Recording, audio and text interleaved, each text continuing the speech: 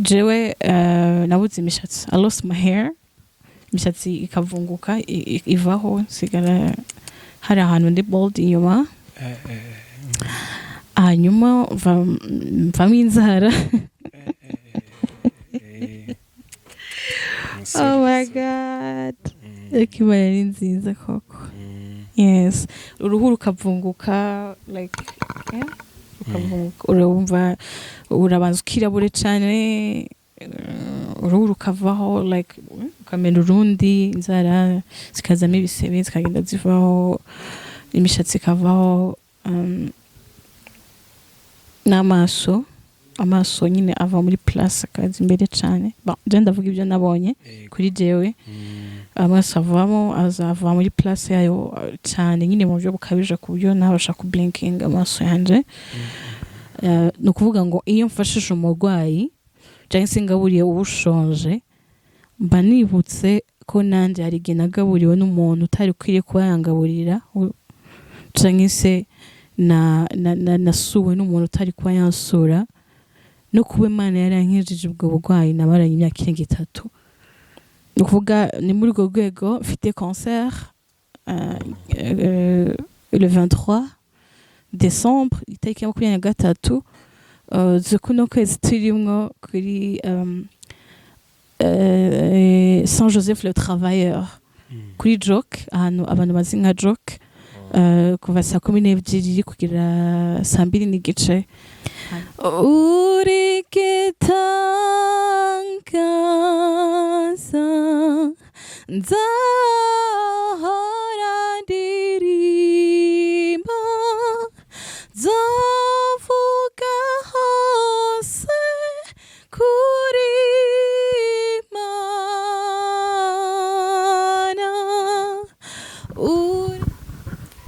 Nshuti bakunzi ba Mani dukunda media, kuri mikrofone muri kumwe na Emmy Pro nkuko bisanzwe. Gahunda ni ya yindi. Uyu munsi umutumirwa yitwa Lucky the Christ, umukobwa mwiza cyane nkuko mubibona, aseka neza, afite amaso meza, byose ni byiza. Salama Lucky. Amahoro. Umeze fresh? Yego, meze fresh, meze neza ndashima Imana. Namwe mumeze gute? Hatwe ntari ibindi sawa. Imana ishimye cyane. Ni karibu kuri Mani dukunda media. Murakoze Emmy. Lucky. Yes. Uretse kuba mvuze amazina yawe no kuba nkudescribinzeho gato, gira uko wakwibwira abakunzi ba Mani dukunda media. Kuko ngiye ntago nashobora kukuvuga. Bon, ibyo nitwa Lucky the Christ. Ndi umuhanzi kazi, nkora gospel music, no kuvuga indirimbo zo kuramya no gushima Imana no guhimbaza Imana, Kigali mu Rwanda. Ntabwo niga. Wararangije kwiga? Oya, narahagaritse. Warangiza kwiga se? Ntabwo buri gihe tuguma twiga n'ubundi. Lucky ubwo uramurangije kumuvuga? Tumva ari ibyo ngibyo. Lucky ni umunyamuziki, atuye i Kigali. Waturirimbiye akaririmbo kamwe se mu ndirimbo zawe tukumva ukuntu uri umunyamuziki koko? Ibyo waremye ni byiza cyane, byerekana ububasha bwawe. Wow, ufite ijwi ryiza. Murakoze cyane. None se iyi mpano yawe yo kuririmba neza gutya warabyize cyangwa ni nyine byarimejeje? Narabyize. Yego. Warabyize. Watunyuriramo muri make urugendo rwawe se kuva nyine kuva ku ntangiriro kugera ubu ngubu, urugendo rwo mu muziki kugera umenye kuririmba gutya, kugira no kubyo wagiye ugeraho? Urakoze cyane Emmy kumbaza ico kibazo. Nkuko mbikubwiye nize kuririmba, ariko wanyigishije cyangwa se abanyigishije ntabwo batangiriye tuvuga ngo from the scratch. hari uburyo nari nsanzwe nkundamo umuziki, hari uburyo nari nsanzwe numva indirimbo, hari uburyo nari nsanzwe nkunda abanyamiziki zisanzwe zitandukanye, nkakunda abantu batandukanye bakora music, nkakunda kuririmba neza kwa naho jewe ntaririmba, ariko I could join choirs, nkajya mu ma choirs, nkakurikira, hakaba bo nsangamo koko nkumva baririmba neza, nkumva ndashaka kumera nkabo, ariko jewe nibaza ko ari igihe cyari kitari bwagere ngo uvuge ngo nanje mvuge nti ndatangiye haba urugendo rwo gutangira kwiga kuririmba cyangwa se no kuririmba muri rusange. So muri uko kujoininga ama choirs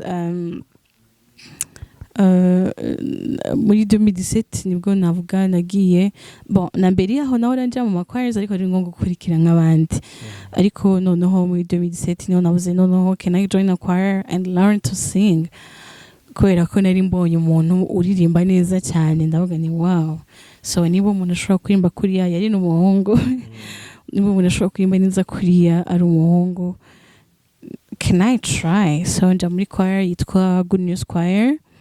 Icyo gihe nari umunyeshuri muri University of Rwanda. Nyuma njamo ngira amahirwe yo kubonana n'uwo muntu aranyigisha, n'uyu munsi aracyanyigisha, n'umugisha kuri jewe. Hanyuma njya no kujya muri Chœur International et Ensemble Instrumental de Kigali, noneho ngira amahirwe yo guhura n'umuprofessionnel yabyize abifitiye diplome, noneho anyereka donc afatiraho nari ngize, ariko nabwo nuko nyine yari bose mbere anyigisha yarambwiye ngo nakunze kubusa iririmba, so I think tangira gukorana gutyo amwanya. I'm so blessed, ndashima Imana nyine ko yamuzanye mu buzima bwanje. Hanyuma amasomo Nicole irakoze yego. Niwe wakwigishije guhera aho ngaho muri kaminuza? Oya, niwe yanyigishije guhera muri Chœur International, ubwo ni muri 2018. Nyuma noneho muri 2020 muri lockdown cyangwa se mu bihe bya corona, niho noneho natangiye gukora carrière solo. Ngira ngo indirimbo ya mbere nayikoreye hano, nka zibiri za mbere nazikoreye muri Universal Record. Yes, nuko natangiye, umaze kugira kuri recording indirimbo zigira muri 6. Nyuma harimo 3 zanje z'ama composition original, hanyuma izindi nizo nagiye nsubiramo kuko nazikunze. Yes, kandi ngira ndakomeje. Yes. Wow. None se hari umuntu ari kutatubwiye mu bantu watubwiye Nicole irakoze, ariko hari umuhungu utatubwiye umutipe? Zamusaba uburenganzira nabyakunda, zamusaba uburenganzira nabyemererwa, ikindi genzo mubabwira. No kuvuga mu rugendo rwawe rw'umuziki kugira ngo ugere ku rwego uriho wafashijwe n'uwo muhungu mwahure muri kaminuza y'u Rwanda na Nicole irakoze ndetse na Chœur International. Exactly, that's true. Bakwiriye gushimirwa cyane, nuko Imana ibamira umugisha. Yego. Yes. Ubona umuziki muri izo ndirimbo umaze gukora 6 tubwiye, n'urwego ugezeho, ubona bimaze kukugeza kuki? Ni igiki byakugejejeho waratira abandi?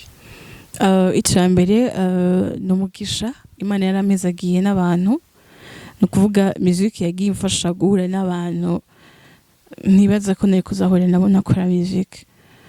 Yes, kandi nibaza ko niyo umutungo wa mbere, n'abantu icyo nkora cyose nkene abantu kandi bifashwamo n'abantu. So music yamaye abantu cyane, nibaza ko ari umugisha ukomeye kuri jewe.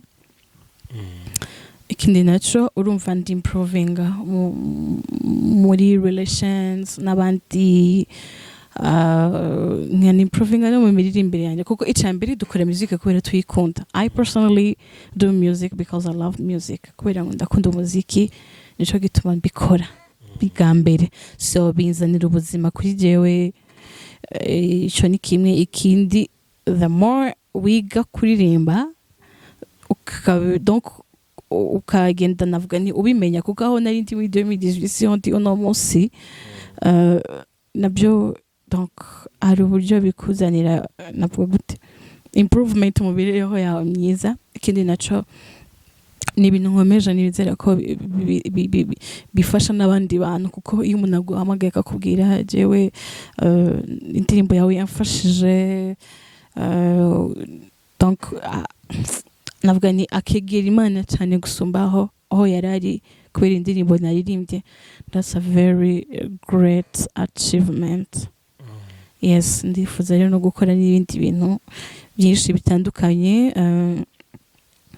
kubera iyo muzika n'ubundi harimo bizakomoka kuri iyo muzika. Yes, harimo nk'igikorwa ndategura cyo kuza gufasha abakene cyangwa se abantu bababaye, harimo abarwayi badafite uko bagira. Ukuvuga ni muri urwo rwego mfite concert le 23 décembre itariki ya 23 z'ukuno kwezi turimo kuri Saint-Joseph le Travailleur kuri Joke, ahantu abantu bazi nka Joke, kuva saa 12 kugera saa 2:30. Hanyuma kwinjira n'ubuntu, abantu bazaze baryoherwe n'umuziki ariko kandi bafashe kugira ngo tube twashira ubushobozi hamwe tubashe kuja gusura abo bantu barwaye banakenye. Nibaza ko ni ikintu dukwiriye kuba dukorera mu buryo bwo gushima Imana, kuvuga ngo none se jewe umwaka urarangiye mbashije kugira uburyo bwo kucelebra niko navuga Noel, ariko hari undi muntu ubabaye, hari undi muntu ugwaye udafite donc udafite uko agira. Hari nk'aba mama usanga barabyaye sibyo akabona amafaranga kwishura ibitaro akagumamwo, uwo muntu iyo Noel musanzemo ntabwo yicelebra nkawe uri muhira. Yes, nta kibazo afite inda nta nubwo agwaye ariko arahangayitse kubera ntago arahana adakwiye kuba ari. So ukuba wowe waza ugashobora gufasha umuntu nk'uwo ukamukura mu ibyo bitaro, hari azibuka azashima Imana. Nzavuga nti Noel ya 2022 hari ukuboko kw'Imana nabonye biciye mu muntu. So rero ndasaba abantu bazaze bamfashe. Nizera ko n'umuntu utari umubeliever, umuntu utizera Imana, icyo gikorwa kiba kimureba, ashobora kuza akadufasha, ushobora gutanga amafaranga nawe watanga 500. Hari ikintu abasha gukora kandi ukagarura uwundi muntu ku Mana yari yihebuye, yari yavuze nti Imana ntikibaho, yabivuyemo none akavuga ngo Imana irakoze. None se Lucky, yes, ibyo umbwiye by'uko ufite concert le 23 ku itariki 23 z'ukwa 12. Yego. Ikintu kinshimishije cyane nuko ikizabigamije, uvuze ko uzabugamije gufasha abababaye. Yes. None mpise nibuka ahandi hantu kera niga mu seminari twayaga dusoma, hari ibyo bita breviaire na amasengesho, nyine ni igitabo cy'amasengesho bavuga mu seminari nkuru no muri seminari ntoya. Haraho mpise nibuka kubera ibyo uvuze, bavugaga ngo c'est parce que il a souffert que il peut réconforter ceux qui sont dans la souffrance. Okay. Yezu impamvu nyine nawe abababaye nyine abafasha, abarushye n'abaremerewe bose bakaza bakamugana, abarwayi abaki, ni ukubera ko impamvu abishobora nuko nawe iyo nzira yayinyuzemo, inzira y'umusaraba. Wowe wabikuye, wowe nawe byigeze bikubaho, byavuye hehe kugira ngo nawe wiyumvemo uwo mutima wo gufasha abababaye n'abarwayi? Ntabwo bisaba kuba narabyaye kugira ngo menye ko iyo umuntu abyaye akwiye gutaha akaja muhira, sibyo? Hari common sense tuba dufite, nico gituma Imana yaduhaye ubwenge, sibyo? Ntabwo bisaba kuba narabyaye ngo nje mu bitaro ngumemo hanyuma kugira ngo numve ko umuntu wabyaye mu busanzwe umuntu arabyara agataha. Rero ça fait mal, no bivuga igifaransa cyinshi, ça fait mal kuja kwa muganga ugasanga ari umubyeyi umazeyo umwana amaze amezi 2 akubwiye ngo kuba nabyara sinari bwatahe. That's very sad, sibyo? Ariko bon, since you talked about it, numva abagwaye cyane kubera nanje naragwaye cyane igihe kinini. hanyuma nza kugirirwa ubuntu Imana irankiza. Ariko muri uko kurwara nanjye nagiye mbona abandi bantu, no kuvuga ngo iyo mfashije umurwayi cyangwa se ngaburiye ubushonje, mba nibutse ko nanjye hari igihe nagaburiwe n'umuntu utari ukwiriye kuba yangaburira, cyangwa se nasuwe n'umuntu utari kuba yansura, no kuba Imana yarankijije ubwo burwayi nabaranye imyaka irenga 3. Wigeze urwara imyaka 3? Yes. Wari urwaye iki ubwo? Hari igihe iyo umuntu atanze ubuhamya gutyo, hari igihe bufasha n'abandi, kuko ni ubuzima bwo kurwara tubusangiye n'abandi bose duhuje kuba turi abantu. Wari urwaye iki?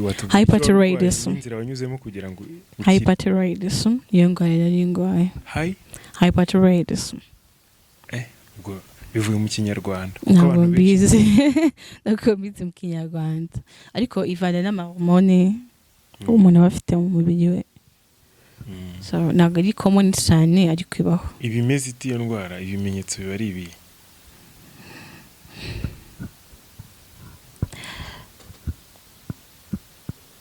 Ni byinshi, nibaza ko ari byinshi. Gusa hari biba biboneka inyuma, hari n'ibyo umuntu aba yumva mu mubiri w'indani. Uvuge nko kubiboneka inyuma. Jewe nabuze imishatsi. I lost my hair. Imishatsi ikavunguka, ivaho, sigara hari ahantu ndi bald inyuma. Hanyuma mvamo inzara. Oh my God. Imana ni nziza koko. Yes. Uruhu rukavunguka, like, ukavunguka, urumva urabanza ukirabure cyane, uruhu rukavaho, like, ukamera urundi, inzara zikazamo ibisebe, zikagenda zivaho, imishatsi ikavaho, n'amaso nyine ava muri place akazi imbere cyane. Je ndavuga ibyo nabonye kuri jewe. Amaso azava muri place yayo cyane nyine mu buryo bukabije ku buryo ntabasha kublinking amaso yanje.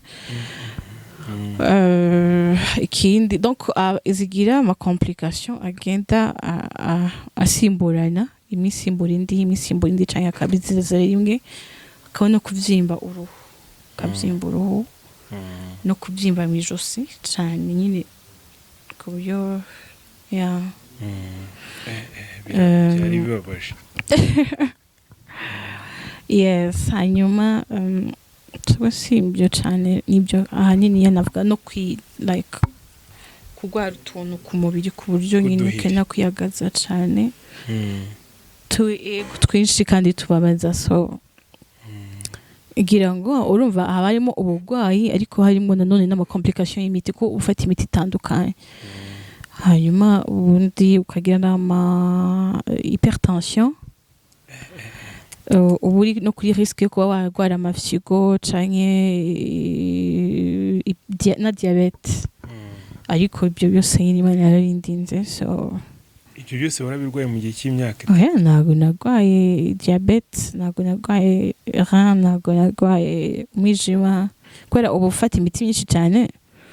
Urumva hariho inyama zo mu nda zidasupport imiti myinshi, nico gituma ngira ngo urwara. So nje nibyo nagize cyane, kugira organisme ikora vuba cyane. So abagwayi rero nta kintu Imana idakiza. Nawe rero umva kumeze nka Yesu. Nta kintu Imana idakiza. Just believe in God. None ubu ngubu ibyo bintu byose warabirwaye, none ubu umeze gutya? Niwe turi kuvugana usa gutya warwaye ibyo bintu cyane? N'izi nzara n'izanje, n'ayo maso n'ayawe.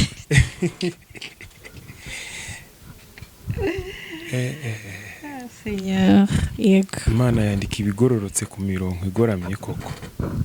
Yego. Imana ni umubyeyi. Hari ahantu herutse gusohora indirimbo ivuga ngo Imana ni umubyeyi. Narayumvise. None se ubu ngubu ndikumva bintushije bya hatari.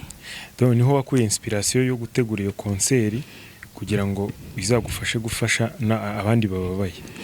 Oya, niho nakuye inspiration yo gukora musique bwa mbere. Ubwo indirimbo yanjye ya mbere nasohoye yitwa Igitangaza. Abazayumva bazayumve neza, hari ibyo mvugamo nyine bisa n'ibyo. Yego. Waturirimbiraho gatoya nka refrain yayo? Uri igitangaza, nzahora ndirimba, nzavuga hose kuri Imana.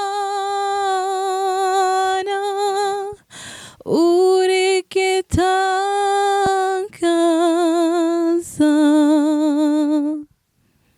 Wow, ni nziza. Ni ukuvuga uri kuvuga uri igitangaza, we wari uzi ibyo uri kuvuga? Ese wowe wavuga ibyo utazi, Emmy? Oya, hari uwapfa kugira ngo ni uko yenda wisomye muri Bible, muri Bibiliya? Oya, jewe cyane cyane niyo mvuga Imana cyangwa se mbwira umuntu nyine mvuga ama experience yanjye. Ya, kuko ndizera rwose ko ibyo Bible ivuga ari byo 100%, ariko binyoroheye kuvuga ko jewe nagiye mu gusengera abagwayi nkakirira, gusumba uko nakumvisha ko Eliya yagiye mu ijuru adapfuye. Suko nabyemera. Ukomeje kucyo nanigiye kukubaza, nanigiye kubaza waje gukira gute nyine, kandi nakubazaga ibimenyetso by'iyo ndwara. Ubwo nanigiye kubaza ukuntu Imana yaje gukorera igitangaza koko. Yes, suko nabyemera ko Eliya yagiye mu ijuru ku igare, ariko I wasn't there. I believe. Ndabyemera, ariko binyoroheye kukubwira jewe ko nabonye Imana ikiza, gusumba uko nakubwira ko hari abantu Imana yagikiza ahandi hantu koza. Jewe nkunda kuvuga ama personal experiences, kuko nibyo mbanzi, nibyo mba ndisuyo yabyo. Birananyorohera kuko urumva nimba nkubwiye ngo Imana irakiza, nkakwereka ifoto yanjye ngo nkakwereka ifoto yanjye y'uno munsi, nkakwereka ifoto yanjye mbere yuko ngwara. Urabyumva? So yes, urumva muri iyo myaka 3 irenga narivuza nibyo. Nifite n'abaganga bankurikirana buri nagira. Hanyuma rero nyuma naje kuja gusenga muri communauté de Emmanuel. Hari haje aba priest bava muri Kenya bitwa Vincentians. Ba priest n'abapadiri. Yego, abapadiri. Hanyuma basengera nyine abagwayi, donc bafite iyo anointing yo gusengera abagwayi bagakira. Nibo rero basengeye. Nkakwa kundi n'ubundi baldi yahora asengera abantu bagakira, naho nagiyeyo, ako jyaho nakiriye naho muri communauté de Emmanuel. Yes. Wow, ubwo ni Imana yakwikirije cyane vraiment. Wow, niyo mpamvu inspiration yo gukora umuziki niho yaturutse. Ya, urumva nararirimbye no siko ngiye gukora musique, ndaririmbike. Usanga ibyo ufite byinshi n'amashimwe gusumba uko mfite ibyo nsaba mu ndirimbo zanje, numva n'amashimwe niyo azi imbere. I want to become someone better, kubera ko nzi ko hari Imana ishoboye. Yes. Numva bimbabaje. Wabajwe n'iki, Emmy? Ayo mateka nyine arababaje cyane. Nagababaje cause niyo yangize ndiwe uno munsi. Hari ikintu ushobora gukora, hariho n'ikintu ntareka gukora, kubera ko I know what it feels like. Icyo udashobora gukora ni nk'iki? Oya, ni byinshi, ntabwo nza kubivuga uno munsi. Wenda nka bibiri. Oya, singombwa. Nabyo sinza kubivuga. Yes. Ariko biba bihari. Yeah. Biba bihari kuko mvuze nda reka mvuga icyo nakomba gukora nicyo navuga. How do I say that? Icyo ntareka gukora ni ukwizera Imana. Kwizera Imana kabisa ko no matter what ikintu cyose ndimwo, however the situations may be hard, uko byaba bikomeye kose, uko byaba bigoye kose, Imana irakora kandi Imana irankunda. Imana iriho irankunda. So iyo nzi ko Imana iriho irashoboye irankunda, hari ibintu hashobora gukoreshwa na desespoir. Yes. Yego. Hari n'ibindi ntashobora kureka gukora kubera ko nzi ko bikenewe. Sinshobora kureka kwizera, sinshobora kureka kugira neza. Kugirira neza abandi, niyo mpamvu wanateguye konseri. Nzategura n'izindi, ni ibintu nzaguma nkora. Icyo gituma nifuza ko abantu baza kunshigikira bamfashe. Yes. Twibutse mu bivuga mu Kinyarwanda, izaba ku itariki zingahe, izabera hehe? Nabivuze mu Kinyarwanda. Ni kuri Saint Joseph le Travailleur. Abantu bahita muri Joke. Hafi na Sainte Famille, hamwe hepfo na Sainte Famille. Hanyuma itariki ya 23 saa 12. Yego. Niyo concert izaba. Kwinjira n'ubuntu. Nanjye nzaza pe. Nukuri. Impamvu iratunganye. Murakaze cyane. Burya ikintu kigira agaciro kubera impamvu urimo kugikora. Sinzi uko byewe mbyiyumvamwo. I wish nifuza ko n'abandi babyumva gutyo, bakumva uremere bw'ico kintu. Ushobora kwibaza ngo ufite amafaranga make na bufasha bukeye bubaho, na n'ubufasha bwinshi bubaho. Uwuzazana umuriyoni tuzawakira, uwuzazana 500 tuzazakira, kubera ko hari umuntu ushobora kuba ari muri ibyo bitaro adafite mutuelle de santé, sibyo? Uzanye 500 nanje nkazana 500, tukabona n'abandi bantu bane batanga 500 tukamugurira mutuelle. Et pourtant jewe ntanze 500 gusa nta kintu yamumarira, sibyo? Kuvuga nico gituma nuva nyine abantu ni ibintu akabaye nkora jenyine, ariko ni byiza ko ngira n'abandi bantu babimfashamo. Ikindi ubu udafite amafaranga yiwe yo kuba yafasha, cyese n'ubu udafite n'uwo mutima wo gufasha, ntazasibe kuza muri concert. Nago concert izaba ari fundraising. Ni concert irimo fundraising. Ushobora no kuza rwose tukagwa Noel ntacyo bitwaye. Yes. Inyuma y'iyo concert nihe mishinga yindi wabwira abanyarwanda n'abakristo bose muri rusange ufite yose kandi ikomoka kuri iyo umaze kumbwira ko inganzo yawe yakomotse kuri ubwo bubabare wagize, byose niho bishingiye? Oya nagari byo. Oya nagari byo, sinzi ko wanahuye neza. Inganzo yange yakomotse kuko nzi ko Imana iriho kandi Imana inkunda. Yego, ariko wabimenyeshejwe n'ubwo bubabare? Oya. Imana mwahuriye mu oya. Wari usanzwe uyizina mbere y'uko Imana isanzwe nyizi, nayibonye kuva kera, kuba kenshi cyane, kenshi. Ubuzima bwanje bwose ni ntahe komeye. Yes.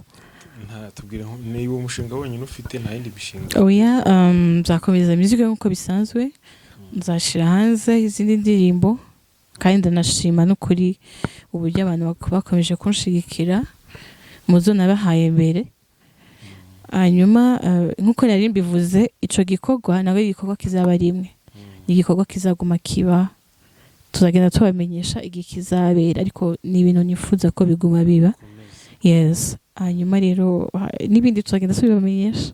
Yes. Aki tugana ku musozo, uri umuhanzi abafite nyine ibihangano bye, hari aho bashobora kubisanga abakunzi bawe. Ibihangano byawe twabisanga he? Ufite YouTube channel, twabisanga he? Utange na nimero de telefone zawe ku bashaka kuba bakuvugisha, birashoboka. Yego. Okay, murakoze. Yego, mfite YouTube channel yitwa Lucky de Christ, apana Lucky the Christ. Ni Lucky de Christ. Cyangwa se ushobora gutayipinga indirimbo yanje imwe, either tumutambire ndagushaka igitangaza, noneho ukandikaho Lucky, baraguha nyine kuri YouTube.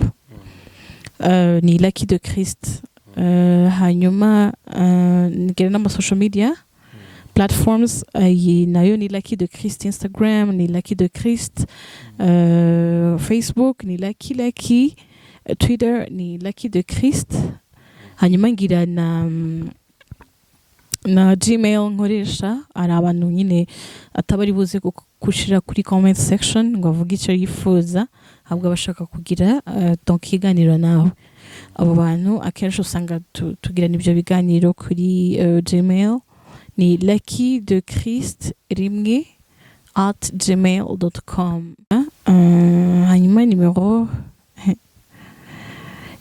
mu gihe waba ukeneye ariho abantu bavuga bati ndi kure, sinshobora gutanga iyo fundraising yanjye, sinshobora kuattendinga iyo concert yanyu, ariko nifuza gutanga fundraising yanjye, raising fund yanjye, nifuza gutanga ubwo bufasha, cyangwa ari ikindi kintu ukeneye kuba watubaza cyane cyane ku bigendanye n'ibyo ngibyo, muziki cyangwa se icyo gikorwa cyo gufasha abantu, wahamagarira kuri 0782 789 629 0782 789